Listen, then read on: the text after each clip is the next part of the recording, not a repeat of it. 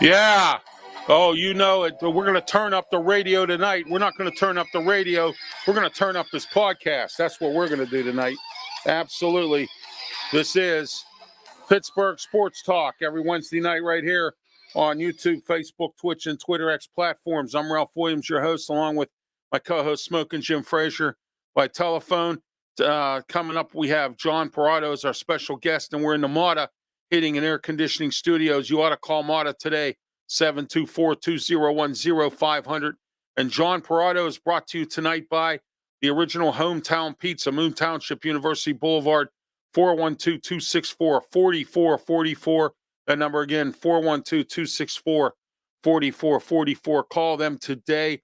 And if you use my name, Ralph Williams, you will get a discount on your order. All right, Smokin' Jim, hello, how are you? And welcome to the program. Hey, thanks, Ralph. All right. And tonight we got a lot to talk about. Later on at 9:15, we have Zach Weiss coming to join us tonight. And he's going to talk with us about Duquesne. He's going to get us started ready for the Duquesne football season coming up this fall. And also the big news in men's basketball, Drew Joyce III, brand new coach of the head coach of the Duquesne men's basketball team. Okay, right now we're going to bring up John Parado from Pittsburgh Sports Now, who covers the Pirates. John, welcome to the program. Hi, Ralph. Thanks for having me. Oh, anytime, John. You know, you've been on the radio show a couple times. And Smokin' Jim, say hello to John. Hey, John, always good to have you, buddy. All Good right. to hear your voice, Smokin' Jim. Always enjoyed your fights with Ali. Oh, not that Smokin' Jim.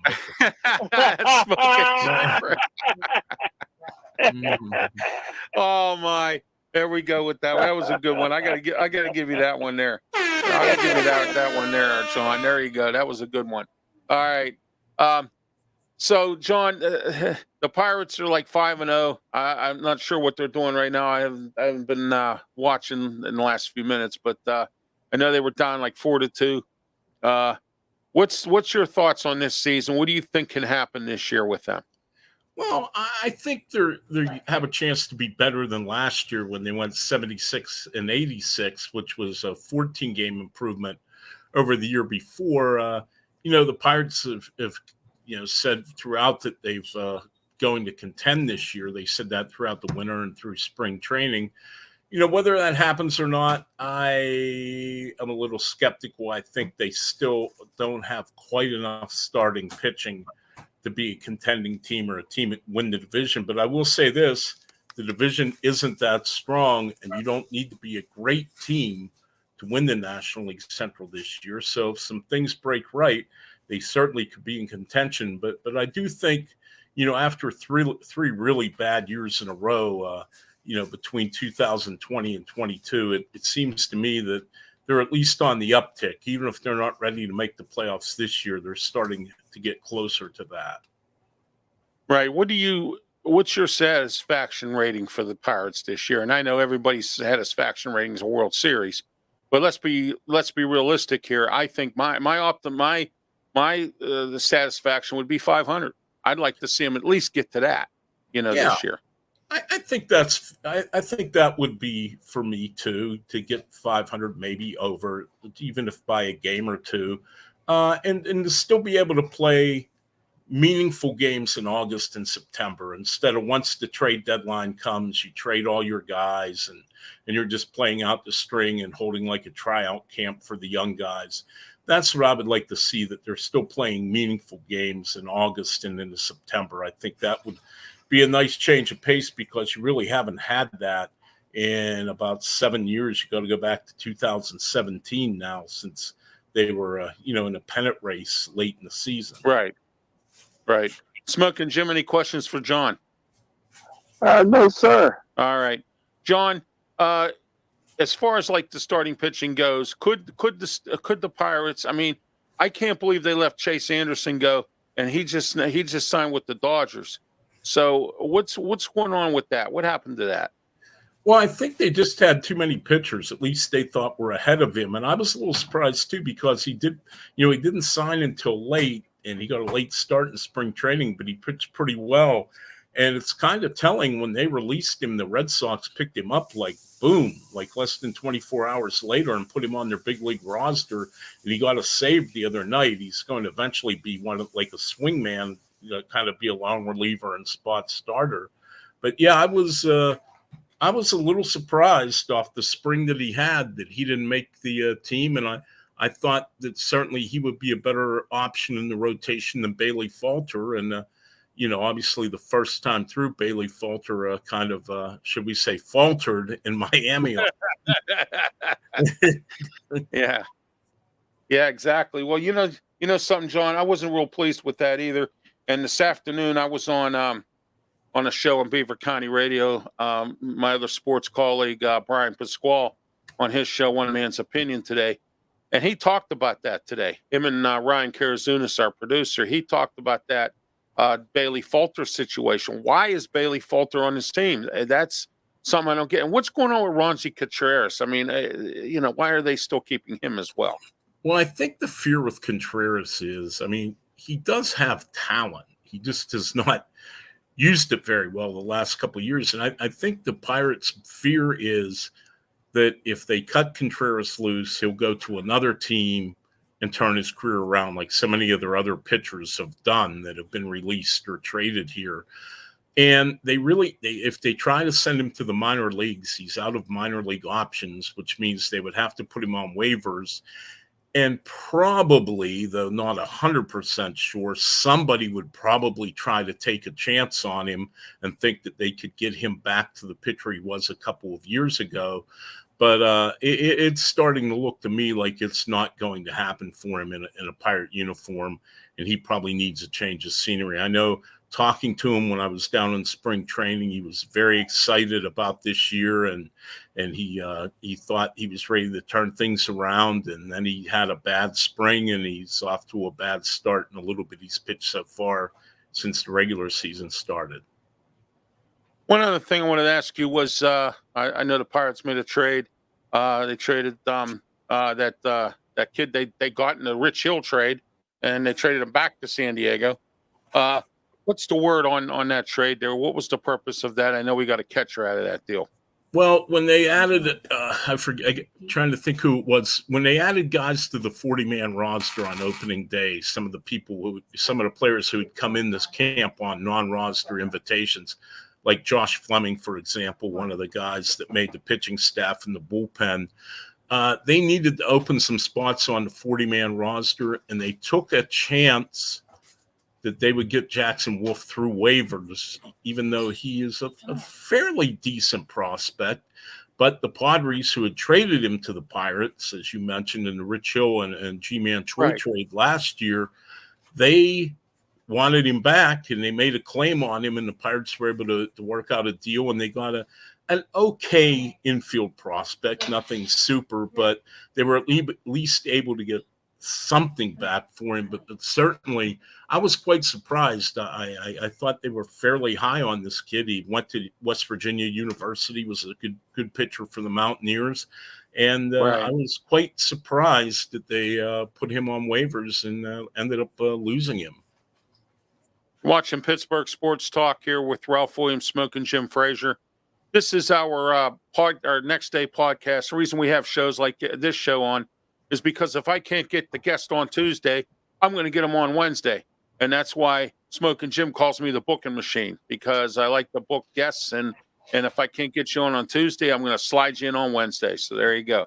All right. And also, John is brought to you by the original Hometown Pizza, 412-264-4444, Moon Township University Boulevard. And they're also the pizza provider for Sports Corner Radio Show. They give us a large pepperoni, mushroom, and extra cheese pizza every single Tuesday, and for us to have at the studio. So I want to thank the original Hometown Pizza, University Boulevard, Moon Township, for that.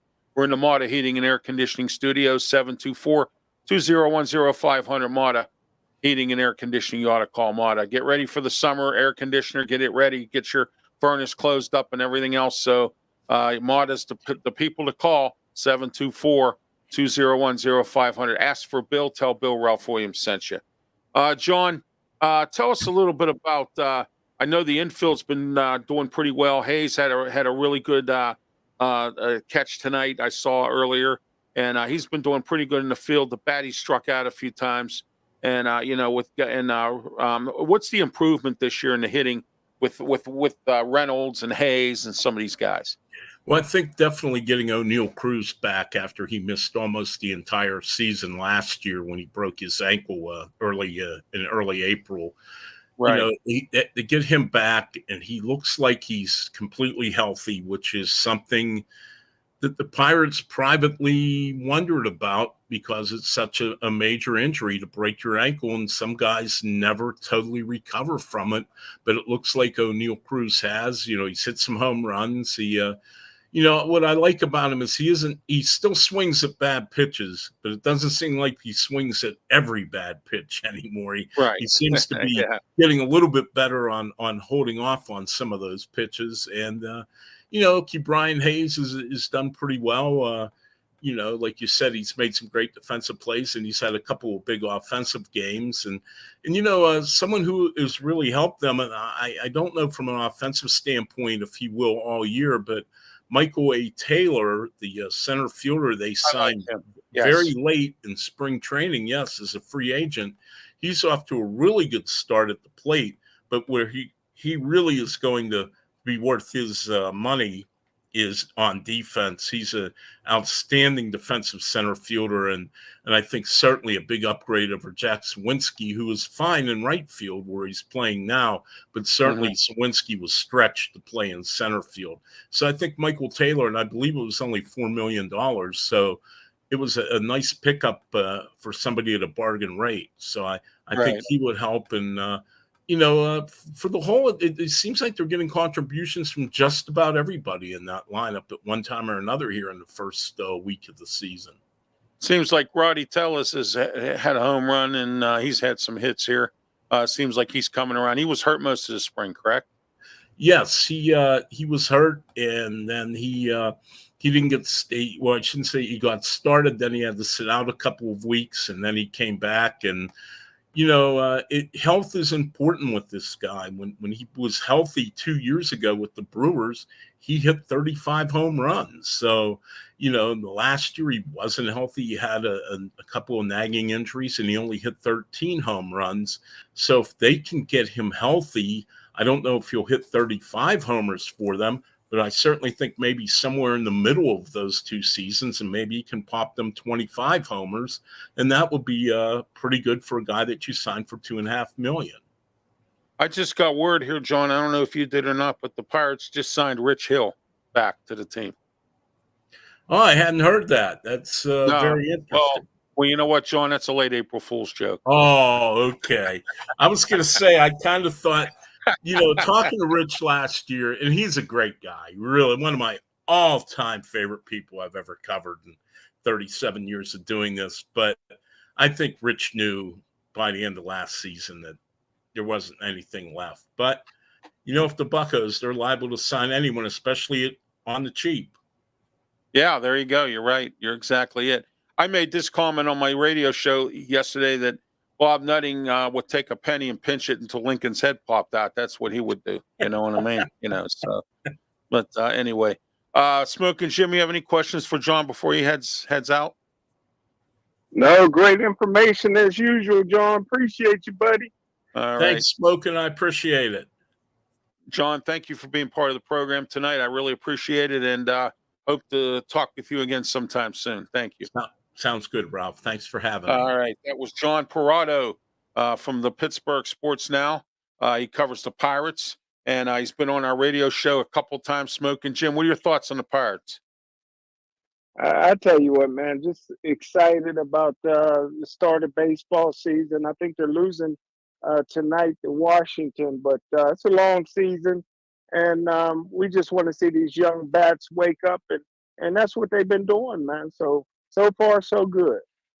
Uh-oh. Uh-oh. Derek Shelton's arguing with the ump. Oh, he's giving it to the ump, man. He just flipped him the bird. He just flipped him the bird. Oh my gosh. Reynolds is even arguing too with the ump. Oh my gosh. This is and then Derek Shelton come out. Reynolds just threw his helmet. Oh my gosh. Wow. He threw a high pitch, and then the ump called it a strike, and he went to say, Don Kelly's even getting pissed now. Oh my, the bench coach, Don Kelly. Well, Don Kelly's going to manage the team now. Derek Shelton's been ejected. It looks like. Wow. So, yeah, it looks like I don't have the voice on because we're here doing a show, but yeah, it looks like Derek Shelton got ejected. Washington 5, Pirates 3 in the 7th. So there you are. All right, Smokin' Jim. Today there was a press conference with the Pitt Panther basketball team. They kept it secret. They kept it hush-hush as to what they were going to talk about. As usual, I thought it was going to be about maybe perhaps, and I'm not trying to be the bearer of bad news, but maybe Jeff Cable was going to resign, and that's probably one of the, or step down, or something major was going to happen for them to hold a press conference. Well, turns out that it looks like Carrington is leaving the team. He's going to the NBA draft. What are your thoughts on this? Well, I tell you what, man, that's everybody's dream that plays basketball is to play professionally in the NBA. So I'm not surprised. I was hoping Pitt could keep it together. It's just so hard for a program like Pitt to make it consistently, and you're not going to do it without players. So it's just too bad. But hey, we got our memories. It was a great season. Oh, yeah, absolutely it was. I'm not going to knock it. The last 2 seasons with Jeff Capel have been good considering his start was bad. And then the transfer portal came about and everything else. So, a lot of things, led to some bad news, and now it's better now. So, and I think the future's looking bright. I just said, Jeff Capel's got a better grasp of the transfer portal now. And he's going out there doing some recruiting, and NIL money's helping out a little bit with it. So, I was right, Smokin' Jim. Derek Shelton got ejected because Don Kelly just come out to make the pitching change. Bench coach. So, there you are. Well, every time I look at the Pitt coach, I see a guy that asks himself over and over again, why did I ever leave Duke? Well, you know something, I'll tell you an interesting story. I don't know if I ever told you this story or not. In 2019, you do know I had to go down to Raleigh, North Carolina to deal with my aunt's estate. She passed away. And I'm sitting at Pittsburgh International, sitting in the waiting area by the gate, waiting to get on the airplane. And I'm sitting next to this lady here, and I was talking sports with somebody, and she said, "Oh, you like sports? You know Pitt basketball?" I said, "Yeah, I love Pitt basketball." She said, Jeff Capel's my son." Wow. We were talking, and she was talking about her sons, and because his brother's one of the assistants, and he said she said, and I said, "Can I ask you this question?" And she said, "What's that?" I said, "If Mike Krzyzewski was to step down tomorrow, would Jeff take that job?" And you know what she told me? She said, "No, he's going to be loyal to Pitt." That's what she told me. So, wow. So if that time, if Krzyzewski was to either have a health problem or step away, or the university said, we're going in a different direction or whatever, things happen in sports here, Smokin' Jim, that. And then, and I asked her, I said, is Jeff going to stay with the team if Krzyzewski was to step away? And she said, no. She said, he's going to be loyal to Pitt. I taught him to be loyal. So, Wow. Yeah, and she rode the same flight with me back to Raleigh. She was up here to visit Jeff and her son. I forget his brother's name. Incredible. I can't remember his brother's name, but anyway, so, and I know for a little while there, Pitt was having trouble keeping players because of his brother. I heard his brother was acting like a real jerk and treating the athletes wrong and all that. And I guess he must have whooped them into shape or something, because things haven't been like that for a while. So I'm thinking maybe things might have, you know what I mean? Came to a head, sometimes, hey, family is family, business is business, and sometimes you got to put business ahead of family. And and when you get, if your brother's not pulling his weight, or he's doing something to chase players away, maybe it's time for me and you, little brother, to sit down and have a little discussion. You know, and I mean, and that's I was always taught family's family, business is business, and I've been in too many jobs and too many companies I've worked for, too many different businesses where I've seen the family element involved in it, and then it went down the toilet because when you have the family element working there as well, you can't work there as an employee very much because the family's always watching. So also, you heard earlier, I had mentioned that the Penguins management, mediocre Mike Sullivan, and his coaching staff and Kyle Dubas are at the. Now we're about to go into a rain delay here. I think it's pouring down rain there in DC. Oh wow, there we go. So anyway, the management tonight is at the Pirate game. They're getting ready to play the Capitals tomorrow night. So so what's your thoughts on the Penguins? They're not too far away from the playoffs. You think they should tank the rest of the year, or do you think they should try to make the playoffs and then lose again? What's your thoughts on the Penguins? I never think it's a good idea to lose. I mean, you play, if you're a competitor, you want to win. I was hoping they would lose so that they could get into the lottery, but it looks like they got a great chance. I think they're 3 points away from making the playoffs, so go for it. I wanted to go into something else here. The Duke North Carolina State game.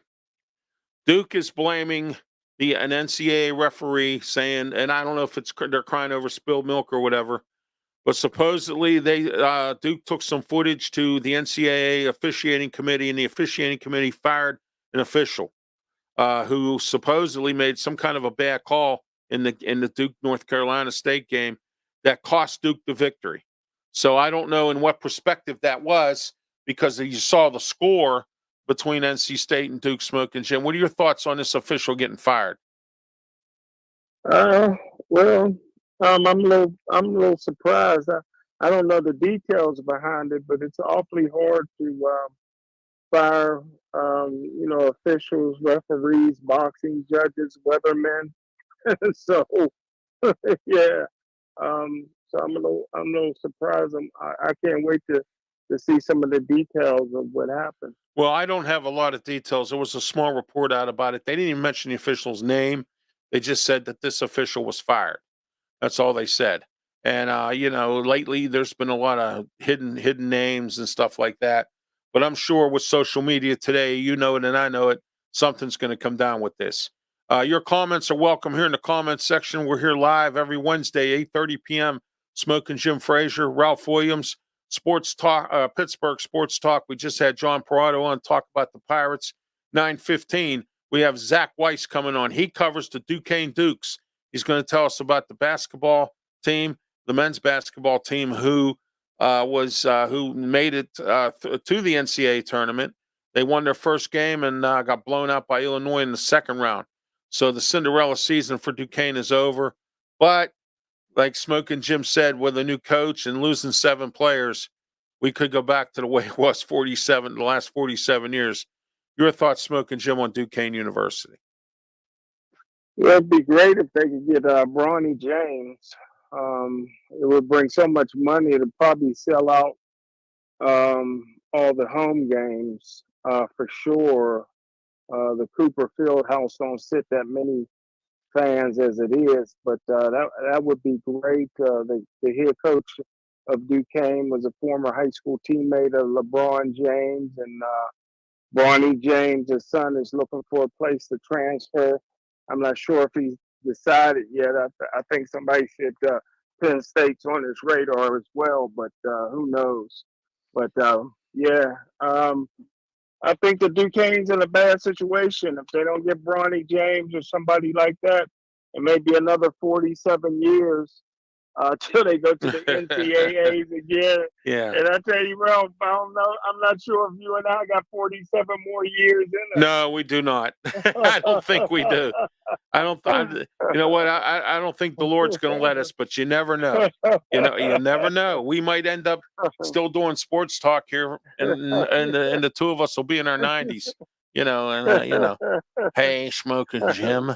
I remember back when we first started, and remember that Smokin' Jim. Remember when Crosby scored his last goal as the players there? Remember that? And you'll be sitting there going, yeah, Ralph, Oh, man, I got to tell you. Oh, yeah, I was also checking out Steel City Sports World today, but I, like I said before when we were talking off camera, that I was unpacking groceries, and I got to catch some of it, but I didn't catch it all. But, I see you and Luther were, at it again. You got an L, Jim. Jimmy got an L. Oh my! But anyway, and then you're on at 7:00 with the new show with Guns and El Levine, the talking machine. There, that's starting to become a pretty decent show there in Guns' basement there. Oh, thanks. Yeah, it's a lot of fun, man. And I tell you what, those guys are tuned into TikTok and some of the other places, and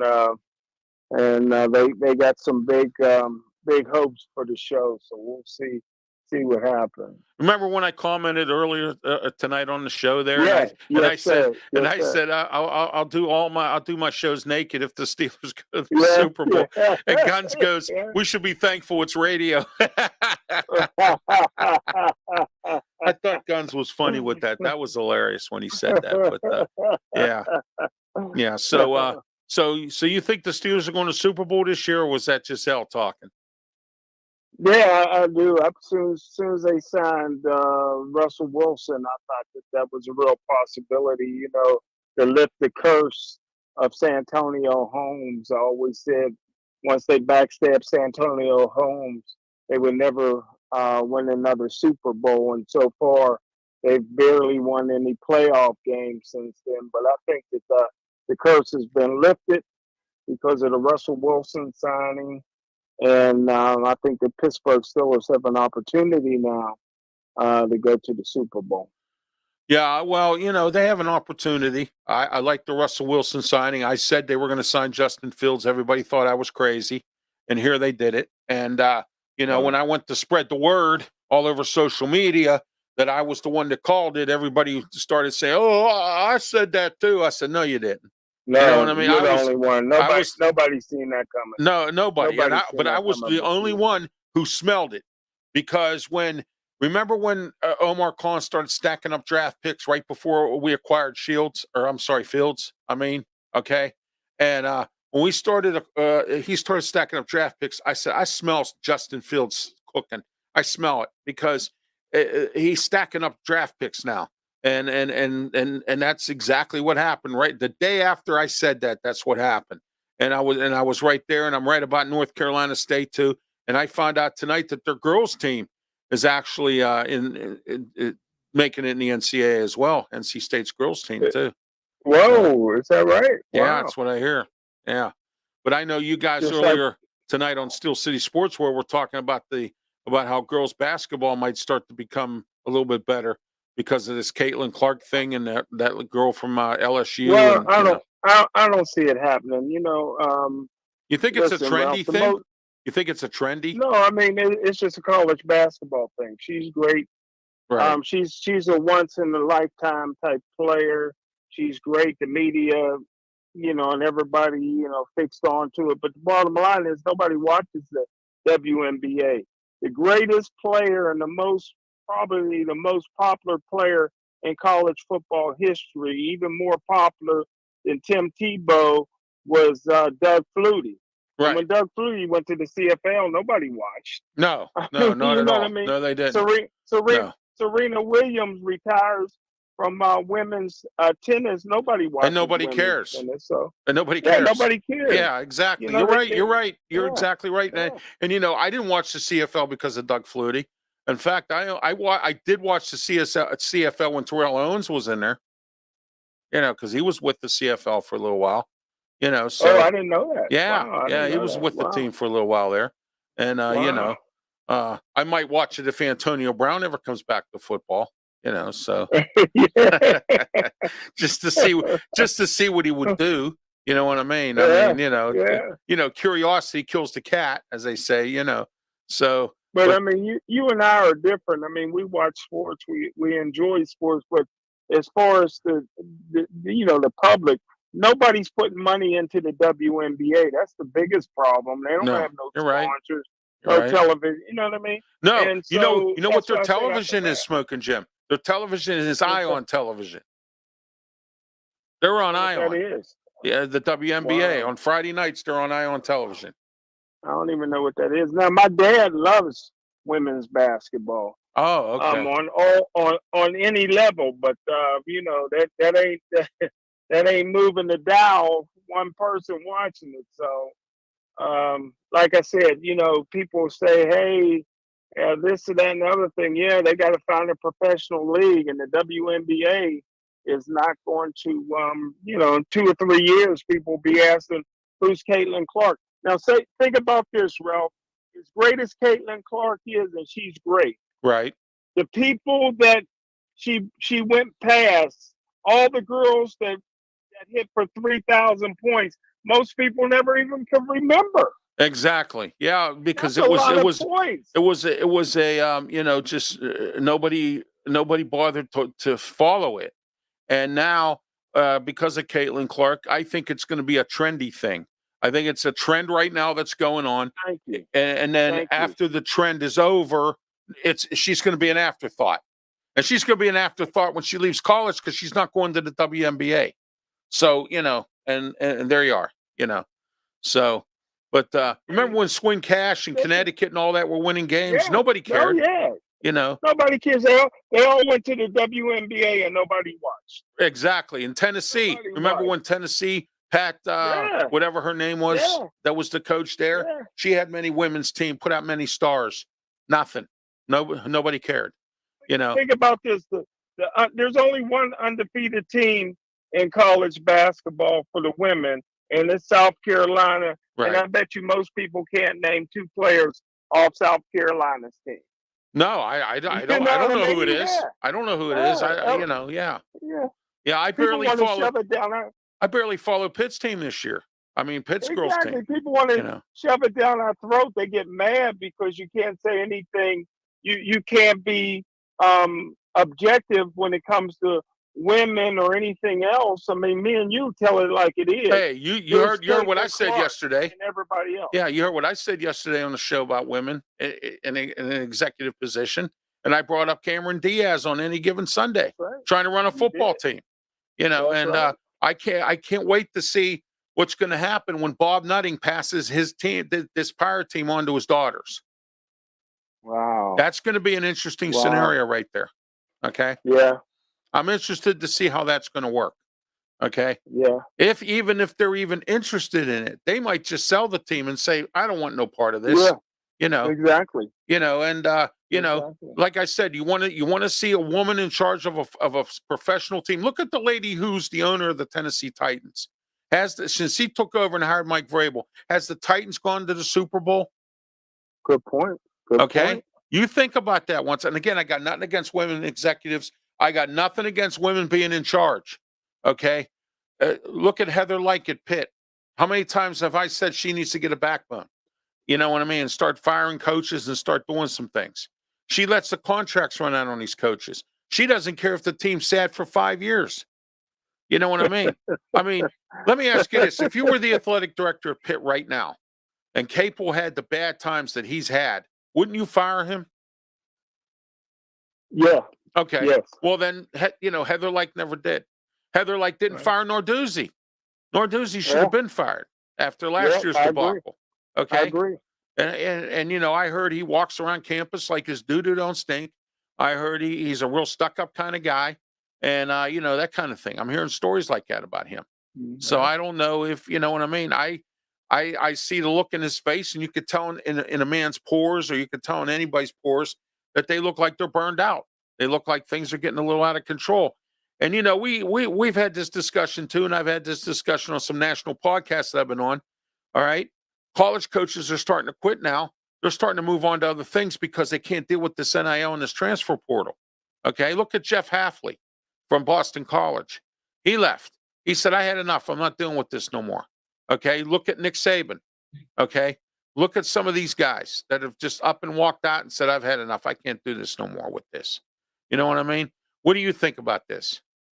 Well, the kind of money that the head coaches are making in college football, I would never walk away, brother.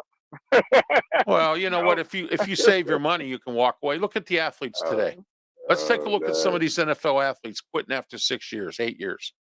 You know, back in the day, we're used to the Dermonti Dawsons and the Mike Websters and the guys like that played for 15 years. We're used to the Tom Brady's who played for 20 years or whatever. But guys like that now don't do that. And I think some of them have learned, some, not all, have learned to bank their money. So, all right, this segment was brought to you by Sleep Pittsburgh, 8th Avenue Homestead. Call today, 412-462-7858. Sleep Pittsburgh for the best sleep tonight. Mattresses, day beds, futons, all different, a big-time selection at a big-time low price. Give them a call today. That number again, 412-462-7858. No credit check financing. If you have bad credit, so what? They have no credit check financing, and they do deliver. So get on their website, sleeppittsburgh.com. Sleep Pittsburgh for the best sleep tonight. And we're in the Mata Heating and Air Conditioning Studios, 724-201-0500. Call them today, Mata Heating and Air Conditioning, for all of your air conditioning and heating needs. Smokin' Jim, we're going to go to the mailbag. I have, let's see here, Bob from Beaver Falls. He says, I listen to the radio show, and I'm a big follower of all RW Media Production shows, and it's great that you have a second show going on here on Wednesday nights, so you can get the guests on that you don't get on Tuesday, which I mentioned earlier. And I want to thank Bob for that comment from Beaver Falls. Smokin' Jim, we got people everywhere. Timmy up in Alaska. We got guys all over the place here. Wow. So, but we got guys everywhere here. So, and gals and guys. And now we're going to be on We're on Spotify, Smokin' Jim. We're not only on Spotify, we're on Apple and we're on Amazon. So, so when you go on them platforms, punch up RW Media or Ralph Williams RW Media, and all the shows will come up. You can see Sports Corner, Pittsburgh Sports Talk, the way we see it, telling it like it is with me and Leo Haggerty, the external bum, on Fridays at 11 a.m. with me, Ralph Williams, Scott Morganroth, JD Toth, and Leo Haggerty. So, this Friday, Smokin' Jim, we're going to have an interesting topic. We're going to talk about criminal athletes that have committed criminals. And normally we're going to do our bum segment where we talk about bums in sports, but then we're going to do another segment where I'm going to have everybody come with a list of athletes that have committed crimes over the years. And you and I can talk about this right now. I can name you 3 right off the top of my head. Okay. And Art Schleister. Okay. Lawrence Phillips. Yeah. Okay. And Aaron Hernandez. Oh my. Yeah. Those are the 3 off the top of my head for that. Or at least a gamble on anything. Oh yeah, what was he? The rambling gambling man they used to call him, or something like that. Juana's a steady watcher here, Smokin' Jim. She says good evening to you and I. So there you go. Oh, thank you very much. Oh yeah, absolutely. Okay, guess what, Smokin' Jim? We got our guest on a little early tonight, and that's fine with him and me and you. Zach Weiss. Zach, welcome to the program. You're making your debut here on Pittsburgh Sports Talk and RW Media Productions.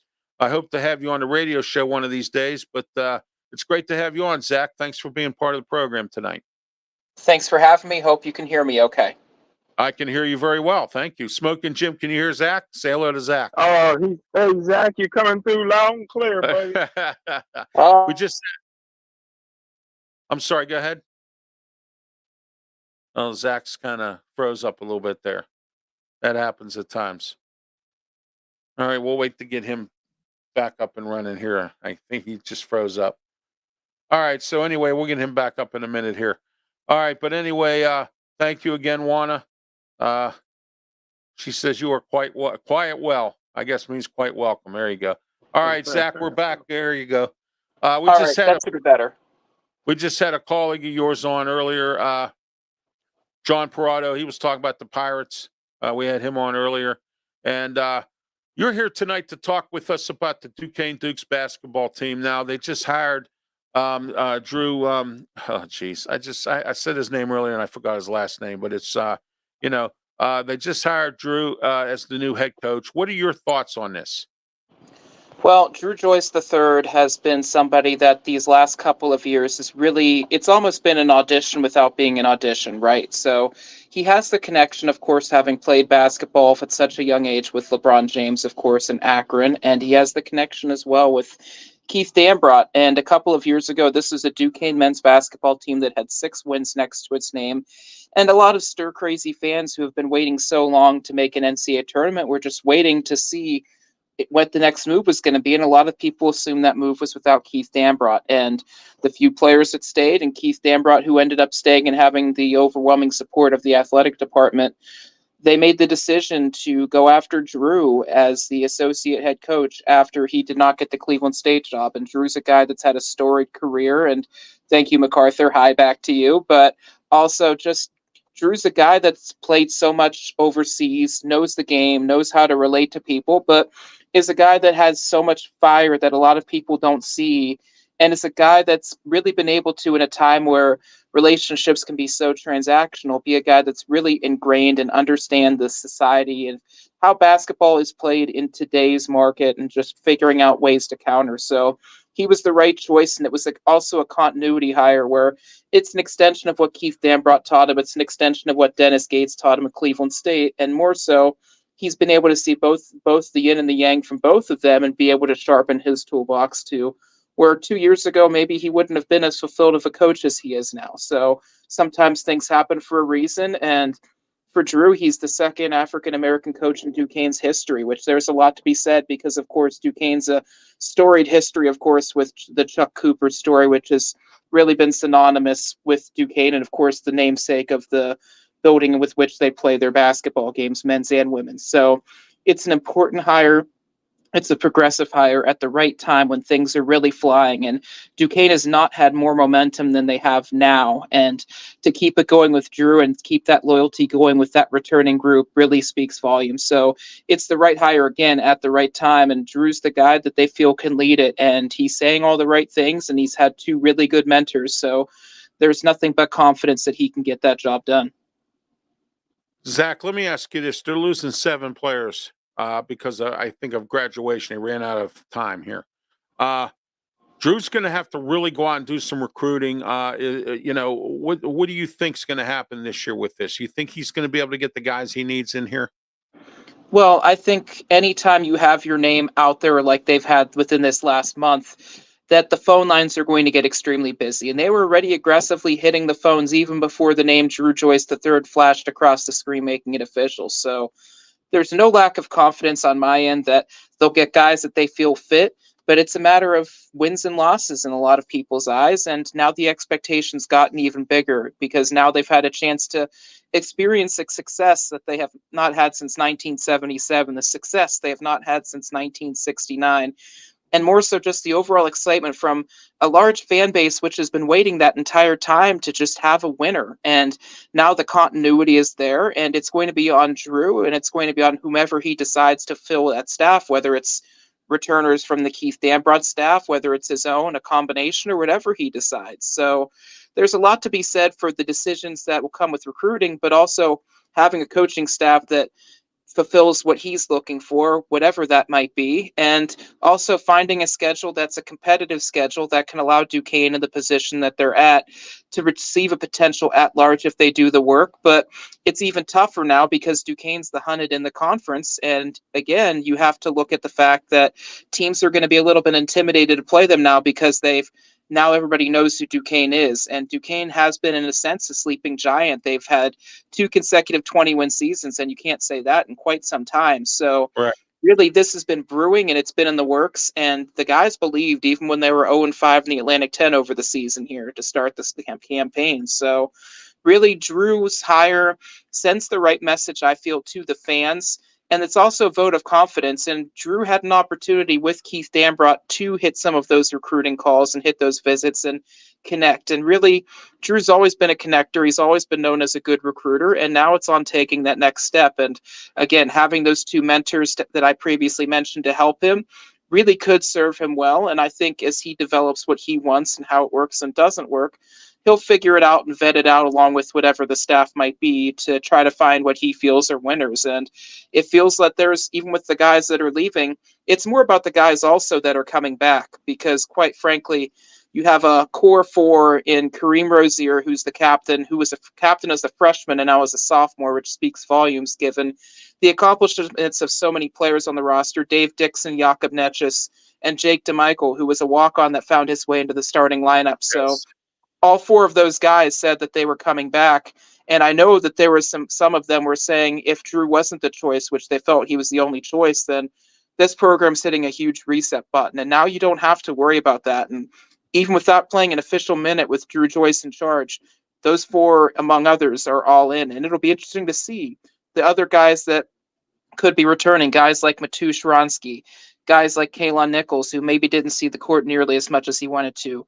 It'll be interesting to see when and if those guys come back and carve out bigger roles potentially for themselves. But it'll also be interesting to see these incoming freshmen and these guys that they're going to hit the recruiting trails on to try to find winners and find connectability. Obviously, anytime you lose a guy of the caliber of Day Grant, a guy of the caliber of Jimmy Clark, a guy of the caliber that Trey Williams brings defensively, a guy like Dusan Mahorcic, who's been a warrior, among others, I mean, those are big losses. So you have to find ways to fill it and fill it within your philosophy, but also fill it where they're able to provide an intensity and raise the level of the team on the court, but more so off of it. So there's a lot of food for thought, and there's going to be some things that are going to be more difficult than others for Drew, and it'll be interesting to see how he faces it. But absolutely, there's a lot to be said. 7 is a very stark number, but in today's day and age, you can really put a team together very, very quickly, so long as everybody's all in on the same page with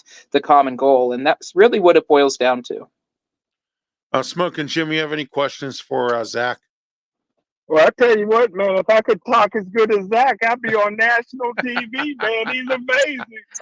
But, yeah. Hey, Zach, I think the first black coach for Duquesne, I believe, was Pittsburgh's own Darrell Porter. Darrell Porter, Yep. yeah. Yes. Do you think Duquesne has a shot now at Bronny James? That's if he's actually in the portal, which LeBron himself has said that would be news to him at that point in time. Now, it's tough to gauge, right? I mean, if you want to get him away from the West Coast and you want that brother feel, because LeBron and Drew are basically brothers. They've been through the trenches together in every sense. And if you want that, then Duquesne's absolutely the right place to go. But out of respect for USC, you also have to see what they decide to go with on their end and figure out if it fits the best. There's a lot of talk about, Duquesne, but Eric Musselman's a guy that's on the same thing with USC. Is it going to be Eric Musselman? Is it going to be a familiar name to us and Jamie Dixon? Is it going to be Mark Pope? I mean, there's a lot of guys that are up for contention. Buzz Williams is another name that's been linked to USC. So really, out of respect and out of loyalty, and LeBron and Bronny both are very much aware of the loyalty piece, you have to see who they hire, what the philosophy is, and how it works. The good news for Bronny is, of course, you have the comfort of Drew. It won't be as much pressure, but because of what the last name is, there's always going to be a certain standard and a certain amount of attention and cachet that comes with that. But you also have to factor in that, given the medical history that happened over the past season, that the UPMC facility is right there next to the court as well. So if something were to relapse or happen, then he would be taken care of in more ways than one. So that aspect makes Duquesne really, really attractive. And of course, if Bronny does sign on the proverbial dotted line, then there's a lot to also be said for the attention that Duquesne would get, which would already intensify. You see the stories of all of the mid-majors. You saw when VCU made the Final Four. You saw when George Mason made the Final Four, what that did for admissions, what that did for word of mouth. And imagine in the social media age now, if that was their case. Duquesne's going to find that out now. And if you get a guy like that, which could it happen? Absolutely. Will it happen? Have to see. I mean, I think, you're getting a lot of reports. There was the April Fool's Day joke about Penn State, of course, and really what's true and what's not is so blurred. But you have as Duquesne fans now know him as the official source in LeBron James. So for me, I'm just going to go by the beat of LeBron's drum, and whatever information LeBron passes, I view as truth. And right now, it's a big TBD. So not to skirt your question at all, but quite frankly, I think there's a lot to really decide on his part, and he has to see what happens. Obviously, Andy Enfield is now at another institution as well, and there's that option as well. But in today's day and age, it's harder and harder to find loyalty. And if Bronny decides to stay loyal to either USC or to Andy Enfield, you can't blame the man for making an adult decision. But it's very, very difficult to pass up what Duquesne also has to offer. But it also could be in the sense that he might crave something else, and he could also go pro too. I mean, he deserves that right too. LeBron admitted this past week that he's in kind of the twilight of his career, and he's probably waiting for Bronny to have an opportunity to play together. Could that be next season? Could that be this season? It's hard to say, but the opportunity is there. I think Duquesne fans are overexcited about this situation. I'm not exactly married to whether it will or won't happen, or even if it's the right fit for him, because it very well may not be. But regardless, I know that Drew's going to have the conversation with LeBron. Drew will have a conversation with Bronny, and if the fit's not the right fit for whatever reason, then you can't force the fit. He understands it. Duquesne, of course, has the luxury of being a LeBron school, which has helped them in a lot of ways as well. There's Nike and there's the subset of LeBron, and really, unless you're Ohio State, you can't really say that you're that. Of course, North Carolina is a Jordan school, but it just shows the loyalty, and it also shows the importance of the NIL, having LeBron James's name attached to what you do. So there's a lot of what you're going to do, and Drew's going to have the conviction, and I think between those three, they're going to come to a decision. Is it going to be the right decision? I hope for their sake it is, whether it's Duquesne, whether it's the NBA, whether it's staying at USC or anything in between. And I hope that they make the right decisions for themselves. And really, that's all that I'm worried about. Okay, Zach, tell us a little bit about the women's team this year. They went to the NIT with Dan. What's going on there with the women's team? How are they looking for next year after this year?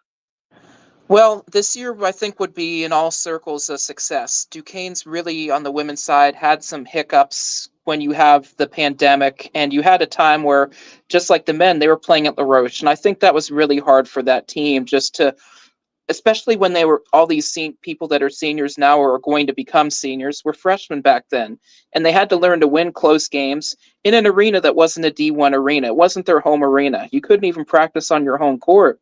You had to practice in another building off campus. And winning sometimes takes time. And this is a Duquesne team that has the expectation of being a 20-win program in a WNIT institution. And for quite a while, it just was not that, because it had to build and it had to learn. And I think there was a lot of worry among the players when the non-conference season ended and there was a losing record, with the last loss coming against a winless program, which was still a good program, don't get me wrong, but I think there was some worry and trepidation that the coaching staff was going to be very concerned with that and try to obsess over details. But all they did was dial it back, slow it down, and use the couple of extended breaks they have to kind of revamp things and create some less pressure. And I think they found comfort in that less pressure. And you saw the first game at Dayton where they started to really impose its will on the Flyers. And it wasn't necessarily off to the races, but they won a lot of games. And to get to the semifinals again, which is an expectation of this program, if not further, is really, really encouraging. They still have yet to win an Atlantic 10 Women's Championship. And of course, among the current team, you lose some key seniors, Precious Johnson, for example, Lauren Wasselson, Amaya Hamilton, Ayanna Townsend. And Selma Kulo, who did not play this year, but just has just as much of an impact. And the announcements already been made that Nael Bernard has entered the transfer portal as well, an announcement that she confirmed earlier today. And you obviously wish her the best. So Nay leaving does change the guard position a little bit. And although Duquesne did have the emergence of Journey Kiyaku throughout the year, she was a freshman of the year in the conference she transferred in from. And really the joy with which she was able to play towards the end of the season, and her understanding her role and the family and everything else. She started to figure it out. She's one of the fastest, if not the fastest players in the Atlantic 10. And when you have that as a weapon that could emerge in the starting lineup, in addition, of course, nothing's official because it's today's basketball. But if you have a guard lineup of assumed to hopefully to be healthier Tess Myers, Meg McConnell, who is 5'7", just as a force in every aspect of the I was game. just going to ask you that. Is there another McConnell involved this year? Yes, there will be actually. Her cousin Kelly is going to be walking on with the program next year. So yes, there will be another McConnell. So those two will have the opportunity to play with each other, which there's a lot to be said there. It all depends too, because you have to see. I mean, obviously, Nay's departure means that there's a scholarship, so you have to be intentional with that, and you have to look for something in particular. And I'm sure there's probably going to be another scholarship lying around. So if you have 1 and 1, naturally you're going to want a post, you're going to want a guard, and you're going to try to make it intentionally within what fits your scheme and how you're able to be the best versions of that. So quite frankly, this team has the tools to win, and obviously the portal's affected a lot of teams within the conference as well. And while there haven't been any coaching changes per se yet, nothing's set in stone there. I mean, there's also the opportunity, like, for example, Richmond lost Grace Townsend, their do everything point guard. So on paper, they might take a hit. Rhode Island's lost some of its French players. Could they take a hit? So there's a lot of questions. And then you have Duquesne, which has lost a lot, but also has a lot of named players that are back. And if they can find a similar success in that post and find a similar two-headed monster, whether it's someone like a Keandra Brown or a Kate Ammons that are returning, whether it's a freshman or someone in the portal, by all means, then this success could just be a taste of what's to come. But the future of the program is very, very critical. And that starts obviously with Dan Burt, the head coach of the team. He's been the head coach for such a long time. You have Vanessa Abel. I remember when he took over from Susie McConnell-Sarah. I remember that. Mm-hmm. I remember breaking the news. It seems like just yesterday. But Vanessa Abel, the offensive coordinator, former player under Dan, and Rick Bell, the defensive coordinator, if they can all harmoniously find a recruiting style that fits and players that fit what they're looking for and can maybe fill some deficiencies that they have, then this team could very well be off to the races too. But the fact that both teams have had some success and 20-win seasons and kind of put their respective programs back on that right track, there's no more exciting time to be a Duquesne basketball fan than there's been. And I think the excitement's really become very contagious. And that makes things very exciting, but it also adds an extra expectation in addition to the internal pressure, of course, to win at all costs and win the next day and whatever you do. But there's a bigger pressure mounting that this is just an appetizer. Now you have to strive for more and become that hunted. And, the men are going to be hunted, and that's what the women aspire to be and have the opportunity to do. So it'll be interesting to see how intentional both teams are this offseason, because the potential to do great things is absolutely there. Zach, thank you for being part of the program tonight. I appreciate you coming on, talking about both basketball teams.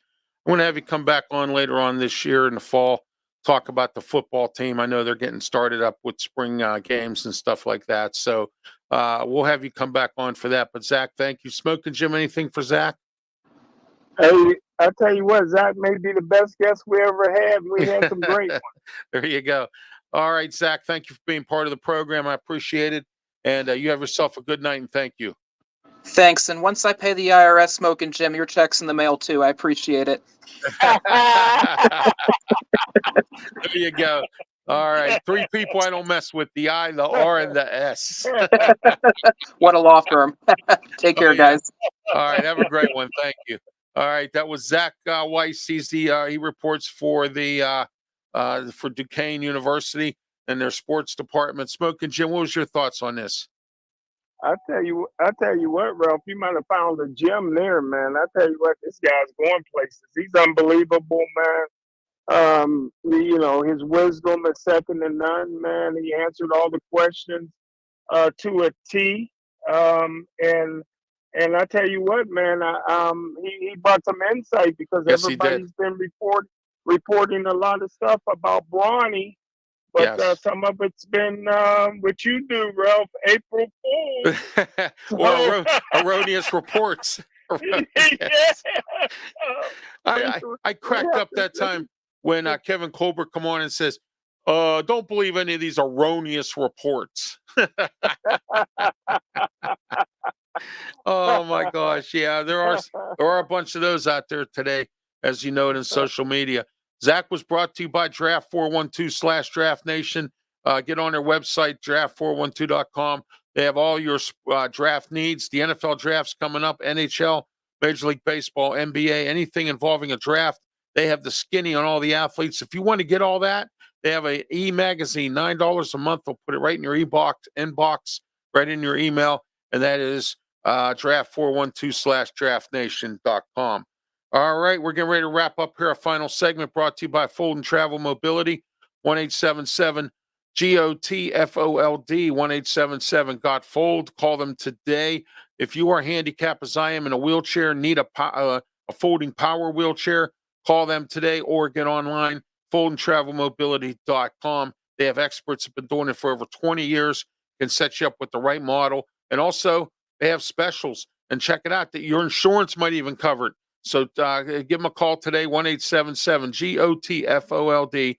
That's 1-877-GOT-FOLD, foldandtravelmobility.com. Smokin' Jim, final thoughts before we wrap it up. I tell you what, this hour flew by. Yes, it did. Ralph, Yes, I tell you it that. did. But hey, you know, woo. Hopefully the Pirates can win this one. If not, better luck maybe tomorrow. Yeah, they lost 5-3. Okay, it wasn't a rain delay. Okay. No, they played in the rain. It was only, I think it was in the 8th inning, and I think the umpires probably thought, well, why should we call it now? And the rain started coming down, so they just let the game go. So, I mean, but the comic part of the whole game, and I'm going to try to watch the replay tonight if I don't fall asleep on Sportsnet, is I want to see Derek Shelton get mad. Remember when Jim Leland used to argue with the ump? My gosh. All right, Juana says, yes, Smokin' Jim, Zach is a gem. And Juana also says that awesome show as always, Ralph. And thank you very much for that, being part of the program as well, Juana. And also our closing tonight is going to be that tonight our closing segments brought to you by DJ Fun. Call DJ Fun today, 412-990-8448. 15 years of DJing. Call DJ Fun today. If you need a DJ for a party or a special event or even an outdoor activity, call them today, 412-990-8448. DJ Fun, for the best DJ in the business. Smokin' Jim, thank you for being part of the program. I'll be talking with you throughout the week as always, and we'll see you on Tuesday. Rick Moore will be on Tuesday. He was sick this week, so he said he will be on this coming Tuesday. Amped Up Sports to talk about the 49ers and the Arizona Cardinals as we do our 32-team roundup, I'm calling it, where we're having somebody on from all 32 teams to talk about what all the NFL teams are up to. And we'll have some we'll find out who wins the NCAA championship in the boys division. Will my NC State make it? We're going to find out this weekend. Big games, big things going on, Smokin' Jim, UFL. Everybody's got something going on. WrestleMania 40. Oh, my gosh, we got a ton of stuff going on this weekend. All right. Booking machine, you the man. I am. You're right. All right. Thank you very much, Smokin' Jim. Have yourself a great night. Thank you. All right. That was Smokin' Jim Frazier. And I'm Ralph Williams. So we're getting ready to wrap things up here in a minute. If you're interested in some sponsorship advertising, call today, 412-545-4317. We have some great affordable advertising for you. You get the Sports Corner radio show on Tuesdays on Beaver County Radio. You also get 8 podcasts. Now, for a little extra, you can also get button advertising, which means it'll come in a business card size looking thing, and you can put your business right up on RW Media Productions website. And I'm getting a new website done. It'll be done by the end of April. All right. So I just want to let everyone know RW Media Productions getting a new website. The current site's still up, so you can check out the current site, but I am going to be getting a new website done for RW Media Productions. Don't forget, now you can check out all of our shows on Spotify, Apple, and Amazon as well. And I want to thank PodServe for that, because they're the ones who provide that service. And also, don't forget, we're on my YouTube channel, Ralph Williams, RW Media. Check out all my shows. Don't forget to subscribe. I'd like to get up to 200 by the end of the year. And Friday, 11 o'clock a.m., the External Bum Show right here on YouTube, Facebook, Twitch, and Twitter X platforms. Saturday morning, 10:30 a.m. Telling it like it is. Me, Ralph Williams, Smoke, and Leo Haggerty, telling it like it is. And we're going to be telling it like it is this Saturday because we got a lot to talk about. So that's also as well as part of the RW Media Productions format. All right, until next time, I'm Ralph Williams for Smokin' Jim Frazier. Everyone have a great night. Thank you.